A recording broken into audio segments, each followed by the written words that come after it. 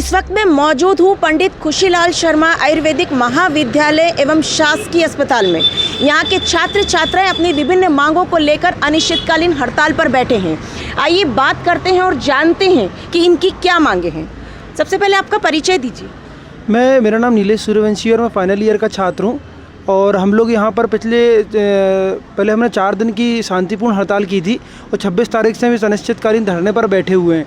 जिसमें से हमारी पहली मांग ये है कि जो हमारा स्टाइपेंड है ये इंटर्नशिप का और जो पीजी स्कॉलर्स का, उसको सीपीआई से लिंक किया जाए ताकि महंगाई के हिसाब से स्टाइपेंड जो है हमारा वो बढ़ता रहे। हमें बार बार ऐसे धरने पर अमरण अनशन करने की ज़रूरत ना पड़े, क्योंकि होता ऐसा है कि हमने 2022 में भी स्ट्राइक करी थी, जिसमें प्रशासन के द्वारा हमें सिर्फ आश्वासन दिया गया लेकिन उस पर काम कुछ भी नहीं हुआ था। इसलिए हमें वापस से धरने में बैठना पड़ा। और दूसरी हमारी मांग ये है कि जो हमारे एमपीएमएसयू यूनिवर्सिटी है उसमें जो छात्रों का जो सेशन है, जो 18, 19 और 19-20 के छात्र हैं, उनके जो एग्ज़ाम हैं, उनका जो सेशन, जो डिग्री उनकी 5.5 साल में पूरी होनी थी, वो 7.5 साल में तक पूरी होने की अभी तक कोई आसार नज़र नहीं आ रहा है, क्योंकि वो 1.5-2 साल उनके सेशन लेट चल रहे हैं। और तीसरी हमारी मांग ये है कि जो नवीन पद होते हैं आयुर्वेद चिकित्सा अधिकारी के, जो अन्य विभाग जैसे पुलिस विभाग है, रेलवे विभाग है और जो पीएससी वगैरह हैं, ये काफ़ी इरेगुलर आती हैं। जैसे लास्ट पीएससी पिछले 10 साल पहले आई थी, तो ऐसे में छात्रों का भविष्य काफ़ी अंधकार में है। और चौथी मांग हमारी ये है कि जैसे कि जो डॉक्टर है, डॉक्टर भी बीमार पड़ता है, उसे जो मेडिकल लीव दी जाती है उसे पेड किया जाए। अभी तक जो मेडिकल लीव 15 दिन की दी तो जाती है, लेकिन वो पेड नहीं है। और ऐसा बिल्कुल नज़र नहीं आता है कि शासन हमारी मांगों को सुनने के लिए बिल्कुल तैयार है। जो 3 लोग हमारी इस मांगों को पूरा कर सकते हैं, आयुष मंत्री हो गए, पीएस मैडम हो गई, कमिश्नर मैडम हो गई, एक बार भी आकर आमरण में बैठे हुए छात्रों को उन्होंने एक बार भी उन्होंने ये नहीं सोचा कि छात्रों के क्या हाल है, बच्चों के क्या हाल है। आकर हम सब भी तो उन्हीं के बच्चे हैं। किसी ने भी आके आपसे अभी तक कोई संपर्क नहीं साधा है? संपर्क नहीं साधा है कोई भी, बस आश्वासन टाइप का लेटर जारी कर देते हैं। मैं देख रही हूँ जो आप आमरण अनशन की बात कर रहे हैं, काफ़ी लोग यहाँ पर लेटे हैं, तो आगे आपकी क्या प्रोसेस होगी अगर सुनवाई नहीं होती है तो? मैम अभी तो आमरण अनशन पर बैठे हुए हैं, और अगर मामा जी को अपनी भांजियों की इतनी भी चिंता नहीं है तो फिर आयुर्वेद छात्रों को और भी ठोस कदम उठाने पड़ेंगे, जिस पे बहुत जल्दी हम लोग आगे और भी सारे कॉलेज मिलकर आगे और भी बड़ा धरना देने के प्रयास करेंगे। तो देखा आपने, आयुर्वेदिक के स्टूडेंट्स हैं जो अपनी मांगों को लेकर यहाँ पर बैठे हैं और किसी ने भी अभी तक इनसे संपर्क नहीं साधा है। क्या कहना चाहती हैं आप? विगत 8 दिनों से हम लोग यहाँ पर हड़ताल पे बैठे थे। आज 2 दिन हो गए आमरण अनशन के लिए हमारे जो विद्यार्थी और डॉक्टर सब बैठे हैं। अभी तक प्रशासन की कोई प्रतिक्रिया नहीं आई है, ना हमारे कॉलेज प्रशासन से कोई प्रतिक्रिया की गई है। यहाँ पर इतना टाइम हो गया है, परसों शाम से ये लोग आमरण अनशन के लिए बैठे हैं, अभी तक कोई रिस्पांस नहीं आया है सरकार की तरफ से। ना हमारे जो आयुष मिनिस्टर है वो ना हमसे मिलना चाहते हैं, ना किसी प्रकार का कोई रिस्पॉन्स दे रहे हैं अभी तक। मतलब बच्चों का जीवन उनके लिए कोई इंपॉर्टेंस नहीं रखता, और हम लोग आयुष डिपार्टमेंट के होते हुए भी हम उन तक हमारी बात नहीं पहुँचा पा रहे हैं। आप कुछ कहना चाहेंगी?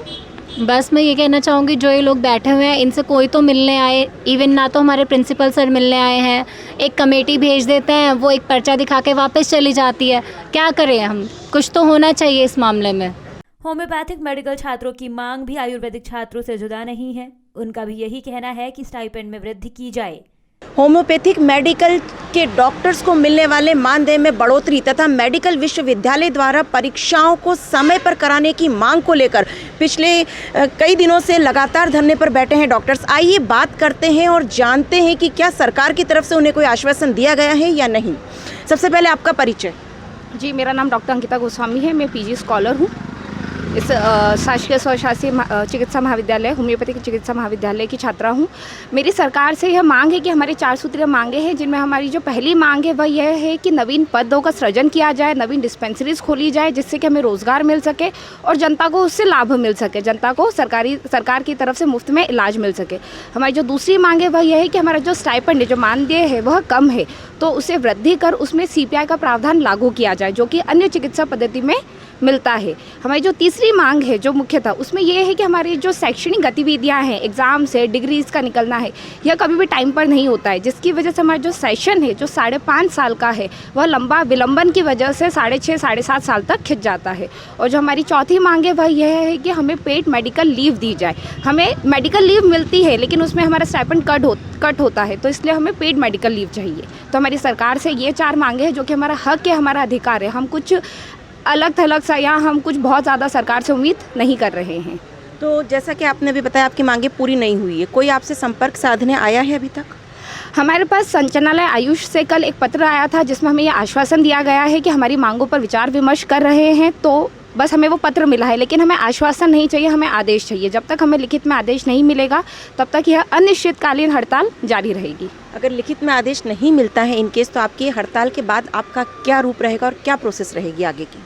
जैसा कि आप देख सकते हैं कि हमारी अनिश्चितकालीन हड़ताल है। यह हड़ताल तब तक जारी रहेगी जब तक हमारे पास आदेश नहीं मिलता है, और कल से हम लोग भूख हड़ताल पर जाने को लेकर मजबूर है। सरकार की वजह से हम मजबूर है। अगर सरकार हमें नहीं देगी, हमारी बात नहीं सुनेगी, तो हमें यह करना पड़ेगा। हम लोग जा के सरकारी दफ्तर जा रहे हैं, मंत्रियों से मिल रहे हैं, लेकिन उसके बाद भी हमें सिर्फ और सिर्फ आश्वासन मिल रहा है, हमें आदेश नहीं मिल रहा है।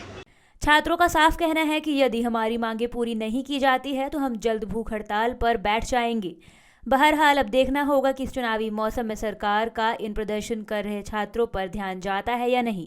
भोपाल से मृदुभाषी के लिए रश्मि जैन की रिपोर्ट।